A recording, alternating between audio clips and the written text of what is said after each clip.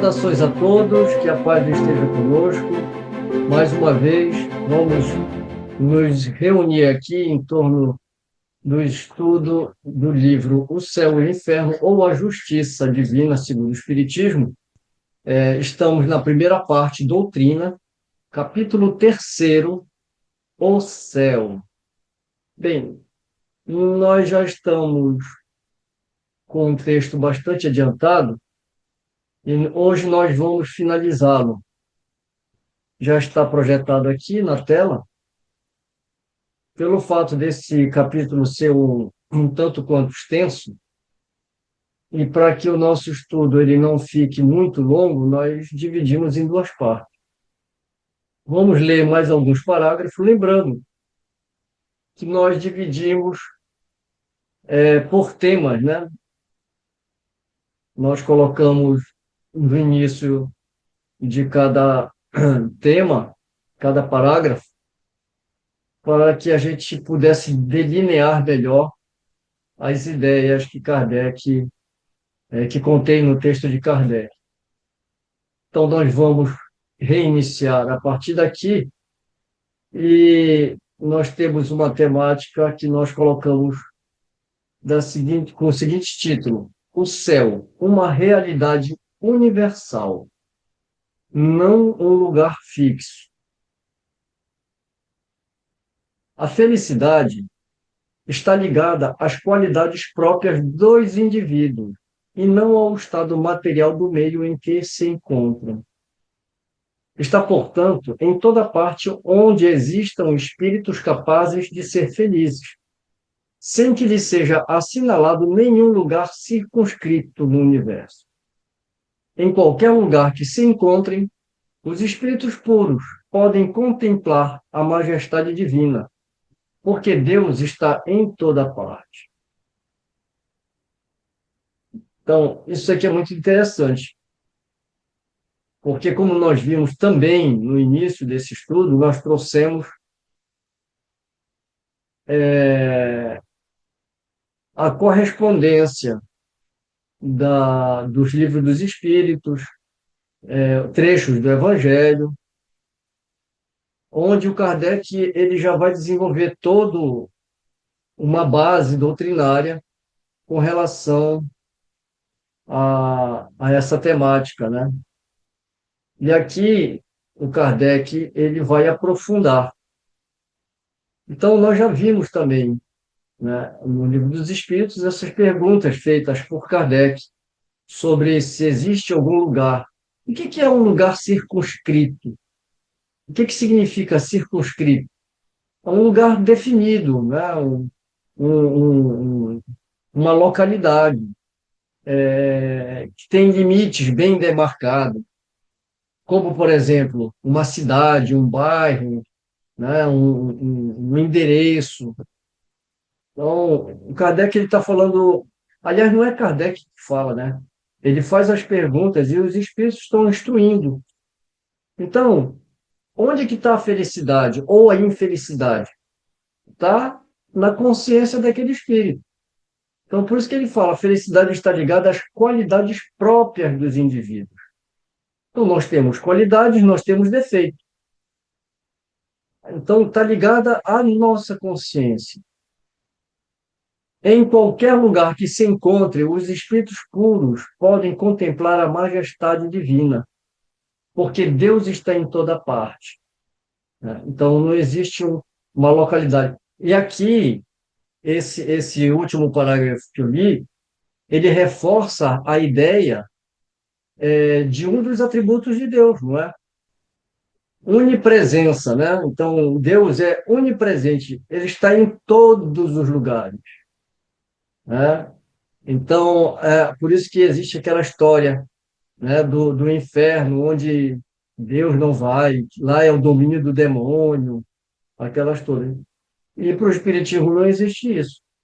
Então, se Deus é onipresente, perdão, eu estou falando uni, né? Onipresente. Se Deus é onipresente, Deus está em toda parte. E os espíritos puros podem contemplar Deus justamente por isso, porque ele está em toda parte. Então, A felicidade, entretanto, né, apesar de estar na consciência de cada um, ela não é pessoal. Se não a possuíssemos, se não em nós mesmos, se não a pudéssemos compartilhar com os outros, ela seria egoísta e triste. Então, eu acho belíssima essa colocação aqui que Kardec aponta, né? E isso nos arremete também ao que nós estudamos nas leis morais, que está desenvolvida lá no Livro dos Espíritos, sobre a lei de sociedade, a lei de a convivência, né, uns com os outros. Nós discutimos isso, inclusive, né, sobre do ser humano ser, né, um ser coletivo. Então, quando ele fala que a felicidade não é pessoal, se a gente gozasse de uma felicidade só em nós mesmos e não pudéssemos compartilhar com os outros, ela seria egoísta e triste. A gente vai lembrar que os fariseus interpelam Jesus com a seguinte pergunta: qual é o maior mandamento? E Jesus vai falar, aliás, ele devolve a pergunta, né? Ele pergunta o que está escrito na lei?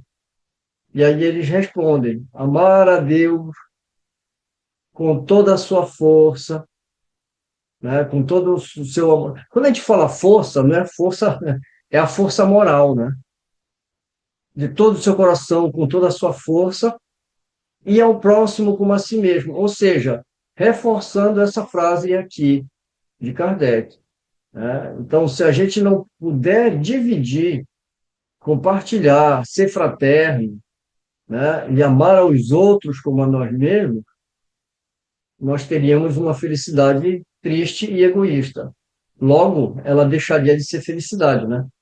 Então, não é, a felicidade não é pessoal. A felicidade está também na comunhão de pensamento que une os seres que se simpatizam. Os espíritos felizes, atraindo-se mutuamente pela identidade de ideias, de gostos e de sentimentos, formam vastos grupos ou famílias homogêneas, no meio das quais cada individualidade irradia suas próprias qualidades e é impregnada pelos eflúvios serenos e benfazejos que emanam do conjunto, cujos membros, ora se dispersam para se ocupar de suas missões, ora se reúnem num ponto qualquer do espaço para se inteirar do resultado dos seus trabalhos, ora se reúnem em torno de um espírito de ordem mais elevada para receber destes seus anúncios e instruções. Então, o que a gente vê aqui? A gente vê aqui seres que têm afinidades, que se amam, que se completam, que têm unidade de pensamento, é prazeroso, né? Essa convivência uns com os outros. Isso se dá entre nós mesmo. A gente, quando está com pessoas boas, quando a gente está com pessoas que pensam como a gente, que dividem sentimentos e emoções, a gente não se sente bem. O inverso também é verdadeiro, né? Então, quando a gente desencarna, a gente leva conosco as nossas qualidades e os nossos defeitos. Lembrando de uma frase de Jesus, né? Que aonde estiver o nosso coração, lá estará o nosso tesouro. Então, o que brota do meu coração, o sentimento, o que eu cultivo, o apego que eu tenho ainda, as paixões que eu tenho, eu levo também comigo.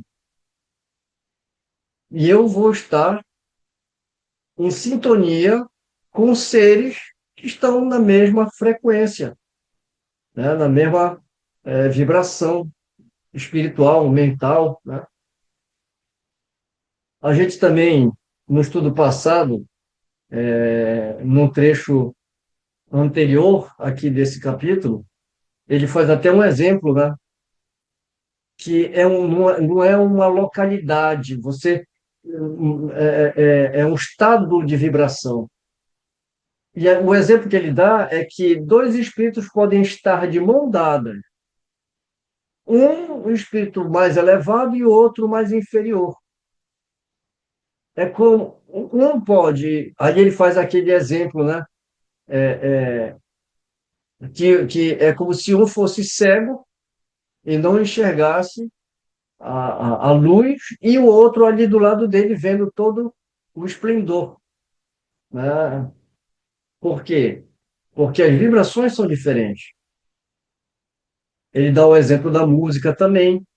É aquele que tem um ouvido mais apurado, ele vai desfrutar melhor daquele, e o outro já não vai despertar tanta emoção assim.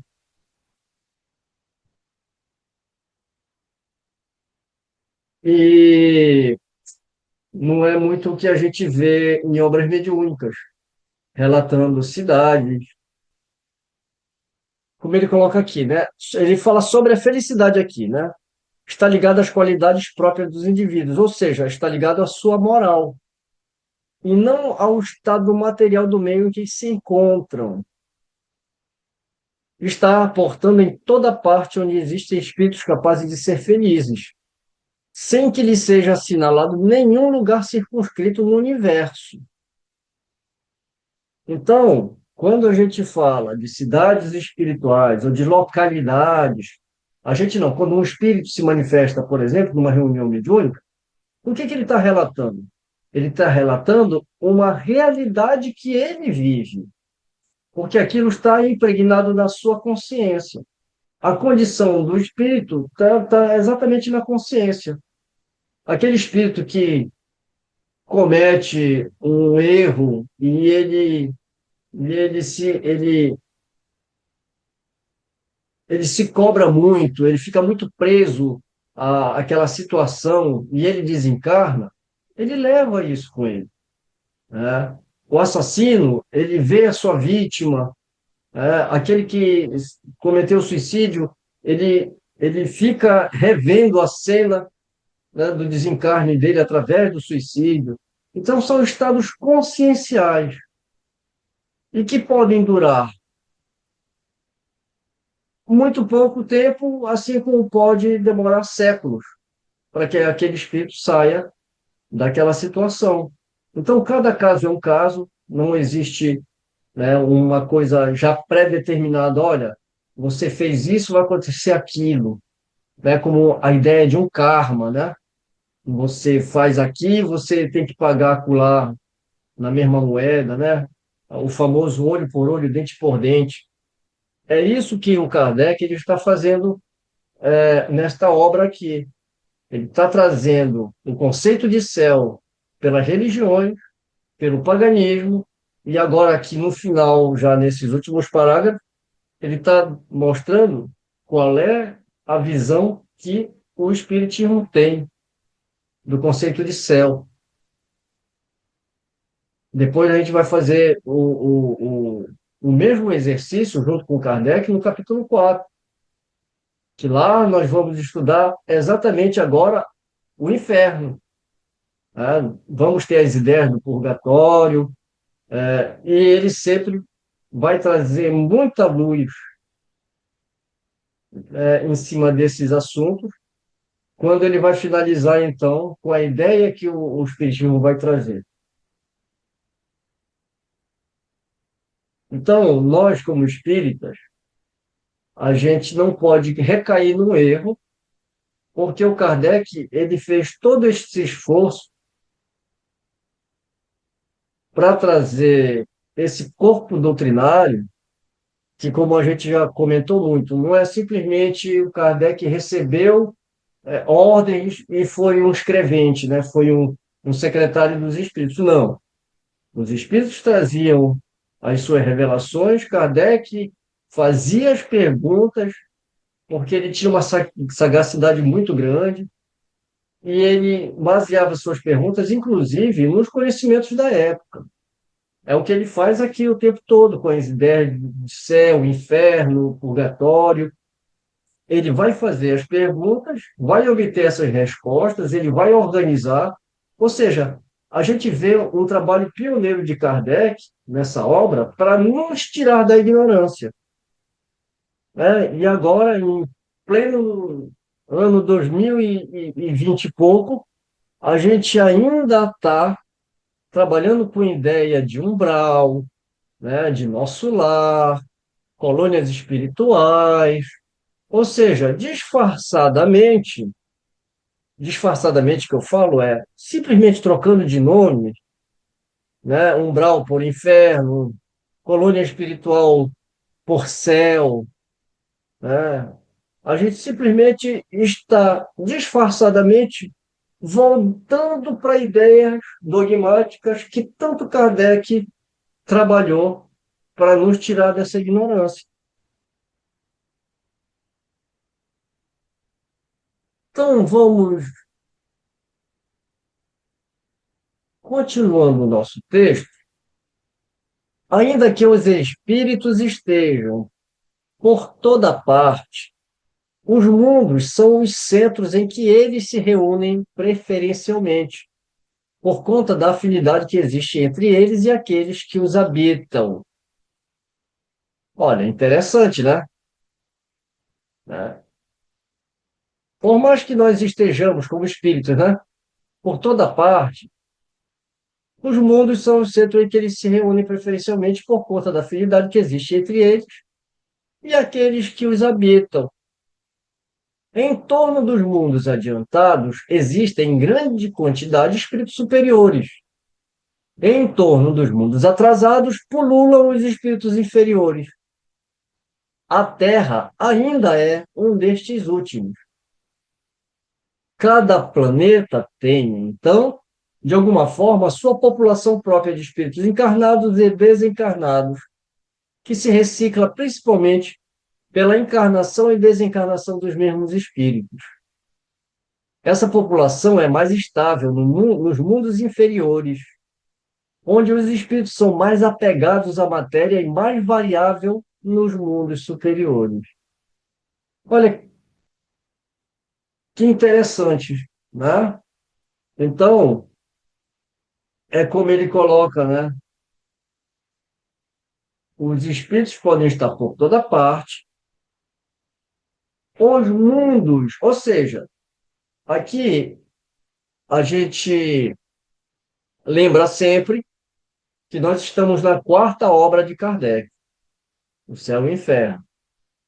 E para que a gente tenha um entendimento correto dessa obra, é necessário que a gente tenha lido as três anteriores, pelo menos as duas, né, que são as bases doutrinárias, o Livro dos Espíritos e o Livro dos Médiuns. Né? Porque quando ele fala aqui de mundo, ele já vai tratar sobre isso no Livro dos Espíritos. E no Evangelho segundo o Espiritismo, ele vai também ter lá, né, o capítulo terceiro, há muitas moradas na casa de meu pai, falando exatamente sobre a pluralidade dos mundos habitados. Então, como ele coloca aqui, a população mais estável é nos mundos inferiores, onde os espíritos são mais apegados à matéria.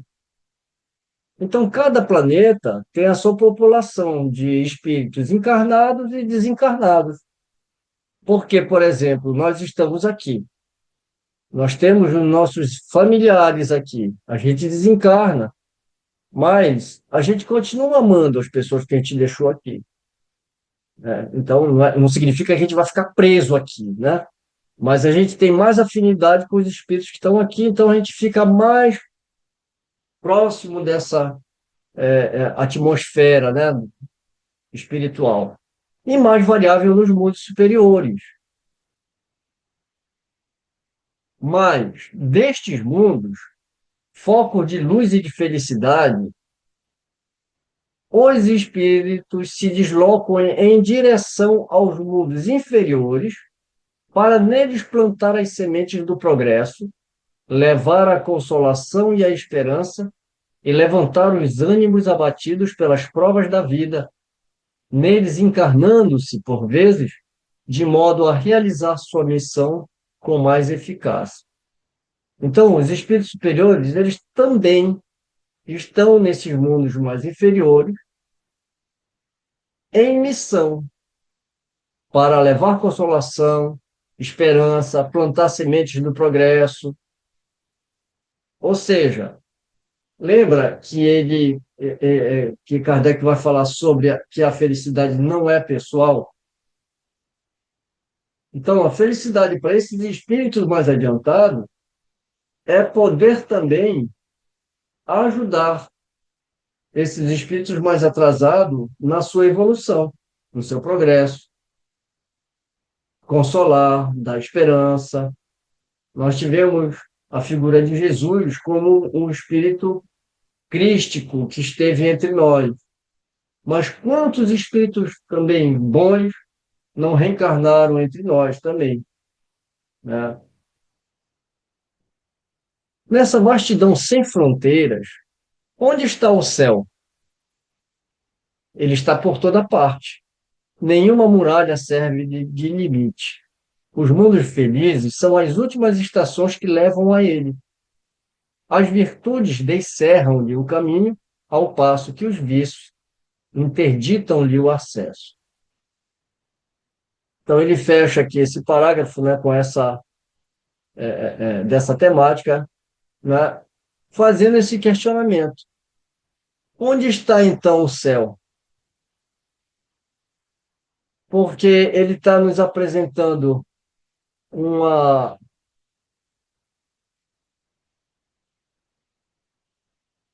uma vastidão e que não tem fronteiras.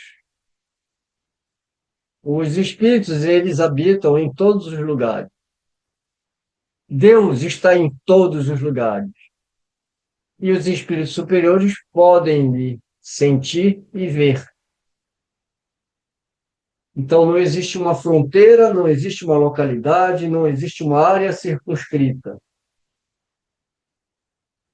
A superioridade da visão espírita sobre as concepções tradicionais. Então, vamos ver qual é o olhar lançado pela doutrina espírita com relação ao céu. Diante desse quadro grandioso que preenche todos os cantos do universo, dando a todos os objetos da criação um propósito e uma razão de ser, como é pequena e mesquinha a teoria que circunscreve a humanidade a um imperceptível ponto do espaço que nos mostra essa humanidade começando num dado momento para igualmente acabar um dia junto do planeta que a transporta, não abrangendo dessa forma, senão um minuto na eternidade.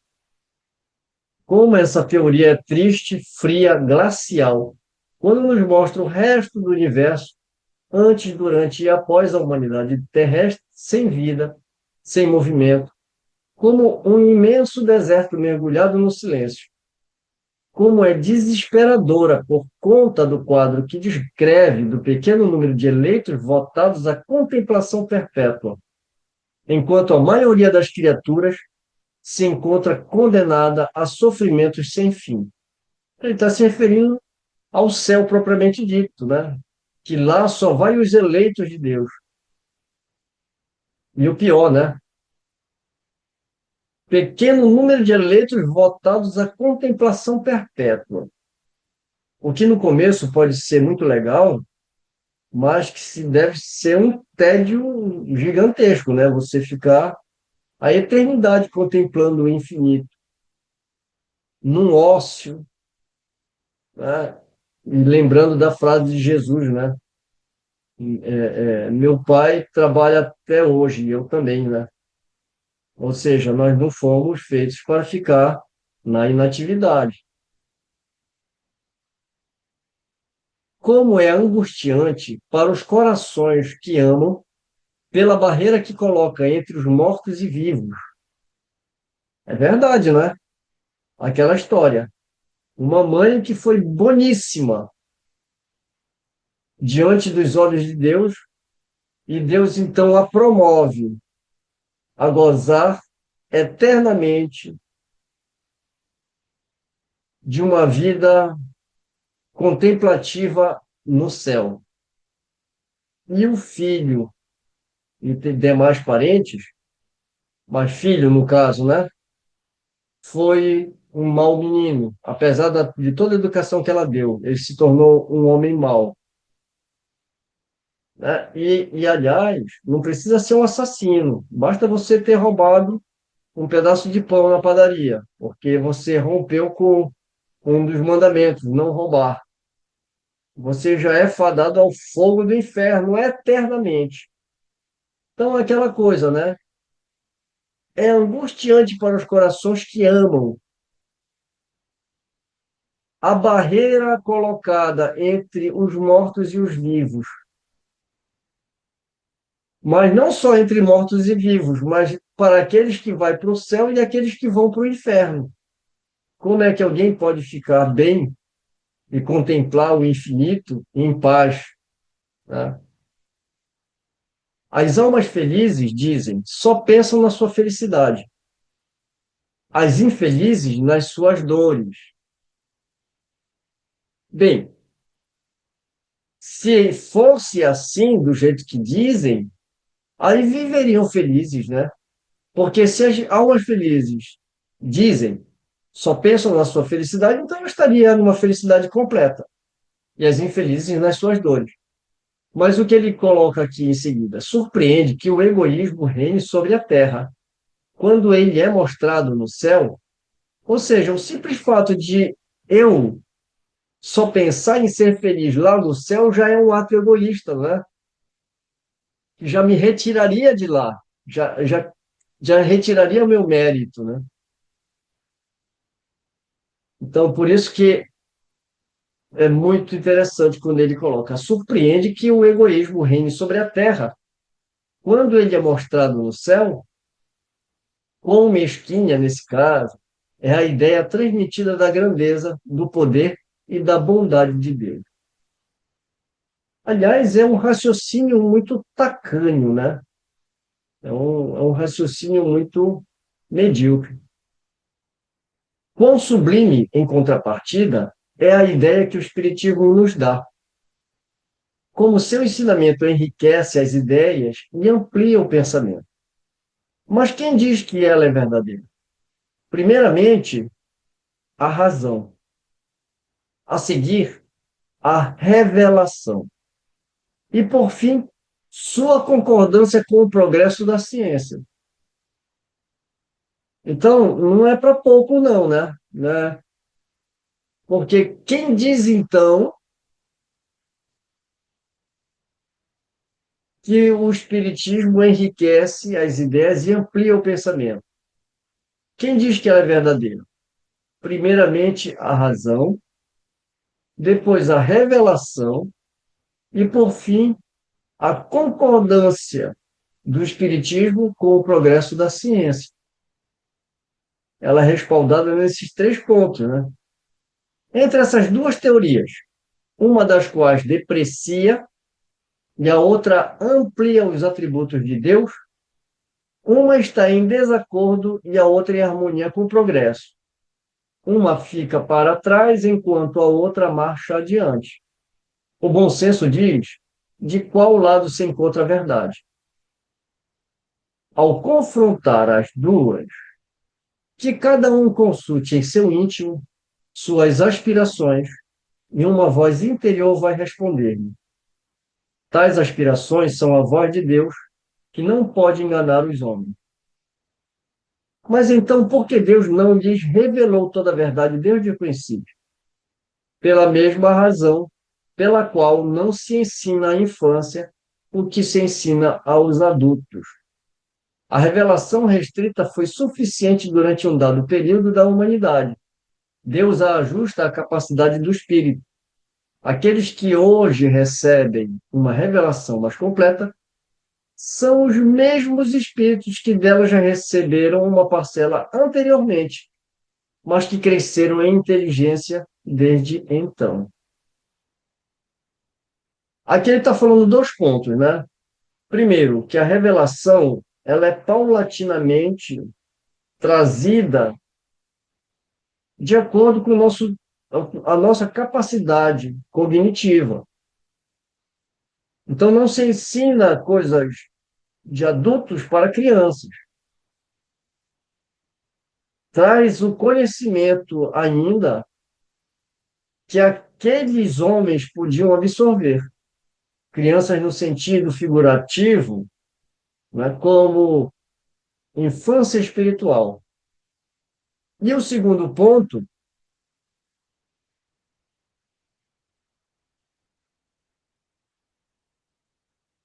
é a reencarnação, que ele coloca: aqueles que hoje recebem são os mesmos que dela já receberam anteriormente, mas que cresceram em inteligência desde então.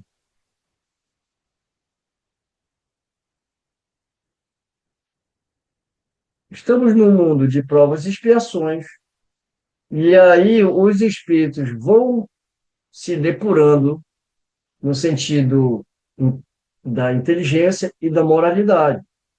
Isso não se dá numa encarnação. Então, nós podemos estar reencarnando na Terra há muito tempo. Podemos também encarnar em outros mundos, como a gente também já estudou no Livro dos Espíritos. Porém, os mundos em que nós encarnaremos, eles são de acordo com a nossa evolução. Fazendo uma analogia para ficar bem mais claro, é como aquela criança que ela está no primário e ela está indo na escolinha do bairro que ela mora, da cidade que ela mora. Mas se ela mudar de bairro, ainda que na mesma cidade, ela vai ter que frequentar a escolinha do outro bairro. Mas ela não vai passar de uma série e ser alçada a uma mais elevada. Não, né? Ela vai continuar dando continuidade na sua evolução escolar. Então, são os dois pontos que nós estamos recebendo os ensinamentos de acordo com a nossa capacidade intelecto-moral, e o segundo ponto também é a reencarnação. Antes que a ciência houvesse revelado a esses espíritos as forças vivas da natureza, a constituição dos astros, o verdadeiro papel e a formação da Terra, teriam eles compreendido a imensidão do espaço e a pluralidade dos mundos? Exatamente o que a gente acabou de comentar, né? Então, a própria. E aqui ele traz outro aspecto, que é a ciência também, né? O desenvolvimento também da ciência, né? Antes que a geologia provasse a formação da Terra, teriam podido desalojar o inferno de seu seio, compreendendo o sentido alegórico dos 6 dias da criação? É uma ótima pergunta, porque quando se faz a quando se escreve, quando você tem as escrituras sagradas, né, o Antigo Testamento, fazendo aquele sentido alegórico dos 6 dias da criação, para o homem que ainda não tinha a ideia da ciência, da geologia, ele podia aceitar isso com mais credulidade, bem diferente de hoje, com todo o conhecimento que nós temos, né? E aqui ele traz a ciência como um todo, né? Ele vai trazer a geologia, e aqui ele também lembra da astronomia. Antes que a astronomia descobrisse as leis que regem o universo, teriam compreendido que não existe nem alto, nem baixo no espaço, que o céu não está acima das nuvens, nem tampouco limitado pelas estrelas. Antes dos progressos da ciência psicológica, ele vai trazer a psicologia, né?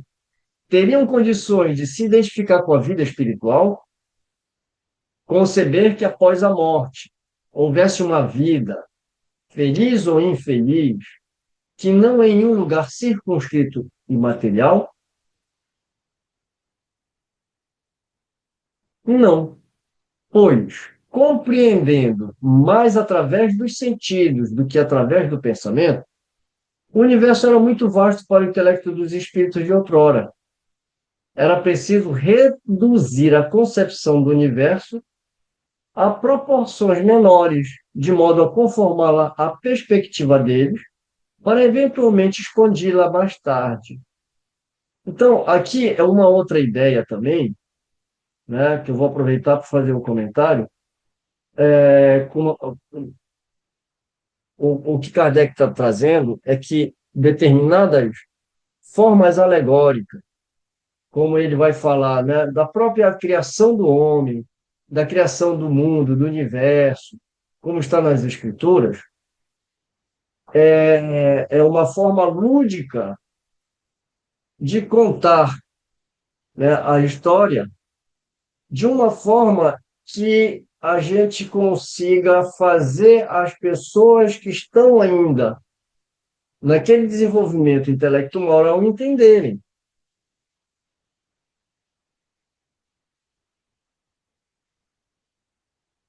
Então, quando ele coloca aqui,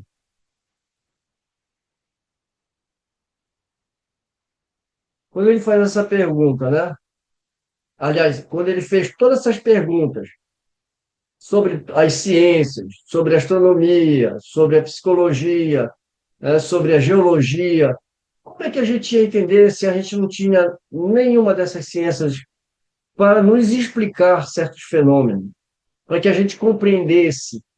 Então, como ele coloca aqui, não, pois, não compreendendo mais através dos sentidos que é através do pensamento, ou seja, a gente precisa de coisas concretas para que ferissem o nosso sentido para a gente entender.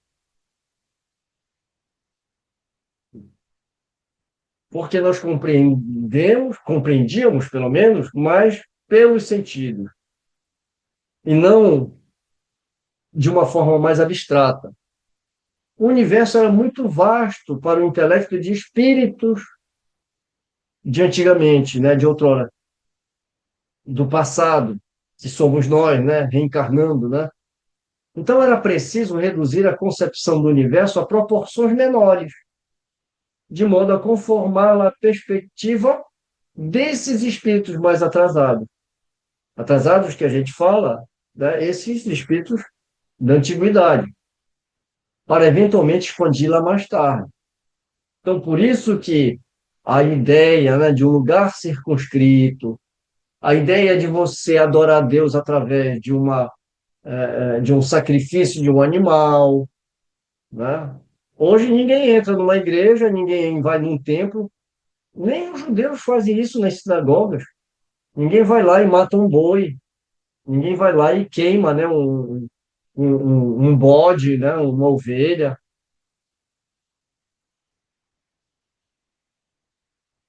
Uma revelação parcial tinha sua utilidade, era apropriada naquele momento, mas hoje é insuficiente. O erro está naqueles que, não levando em conta o progresso das ideias, creem poder governar homens maduros como se estivessem estes na infância. E aqui Kardec encerra esse capítulo, fechando com esse parágrafo, né? Uma revelação parcial tinha sua utilidade, era apropriada naquele momento, mas hoje é insuficiente. O erro está naqueles que, não levando em conta o progresso das ideias, creem poder governar homens maduros como se estivesse ainda estes na infância. Só que, olha, ao tempo de Kardec, ele está fazendo o estudo comparativo das religiões e do paganismo na temática que a gente está tratando aqui, o céu. E ele encerra esse capítulo trazendo a ideia espírita, mostrando que essas ideias estão equivocadas. E ele evoca aqui a ciência material, as ciências, né, melhor dizendo, como a astronomia, a psicologia, a geologia, e o ensinamento trazido pelos espíritos superiores, que são as leis espirituais, e as explicações com relação à pluralidade dos mundos habitados, à reencarnação, o progresso, né, a, o progresso a lei do progresso, a lei da destruição. Então, por isso que, quando a gente lê essas obras, segundo o Espiritismo, é munido de todos esses conhecimentos que ele vai pautar, então, como é que nós enxergamos, o céu. Então, quando ele está falando aqui que o erro está naqueles que não levando em conta o progresso das ideias, creem poder governar homens maduros como se estivesse estes ainda na infância. Aqui ele encerra a ideia, mas lembrando que ele está falando o quê? Né? Das ideias dogmáticas da igreja e aqui de outras correntes também, né? Religiosas e filosóficas, de como eles viam essa temática. Porém, eu chamo a atenção para a nossa atualidade. Hoje, será que a gente também não está incorrendo no mesmo erro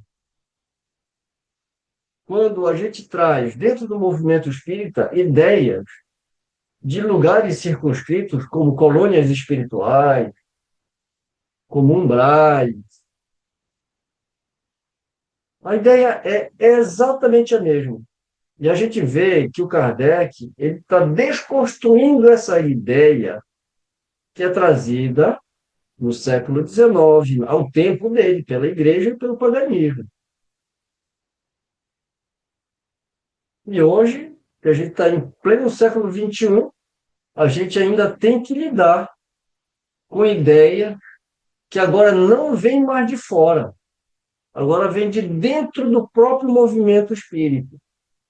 E eu faço questão de falar que vem do movimento espírita e não do espiritismo. Porque como a gente está estudando o espiritismo, você não encontra nada disso aí. Você encontrou?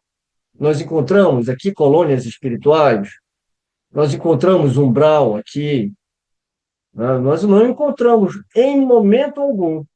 E quando a gente encontrou alguma coisa relativa a essas ideias, elas estavam em outras correntes dogmáticas. Por isso que eu falo, no movimento espírita, infelizmente, trouxeram essas ideias. Que aqui nessa obra a gente vê Kardec combatendo, esclarecendo essas ideias, mas ele não tá fazendo o que eu estou fazendo aqui. Eu tô combatendo a ideia que está dentro do movimento espírita. Kardec estava combatendo a ideia que estava nas religiões dogmáticas. Então, aí você vê a que ponto que nós chegamos, né? Que ter que explicar espiritismo para o espírita. Por isso que eu falei, e vou reforçar de novo.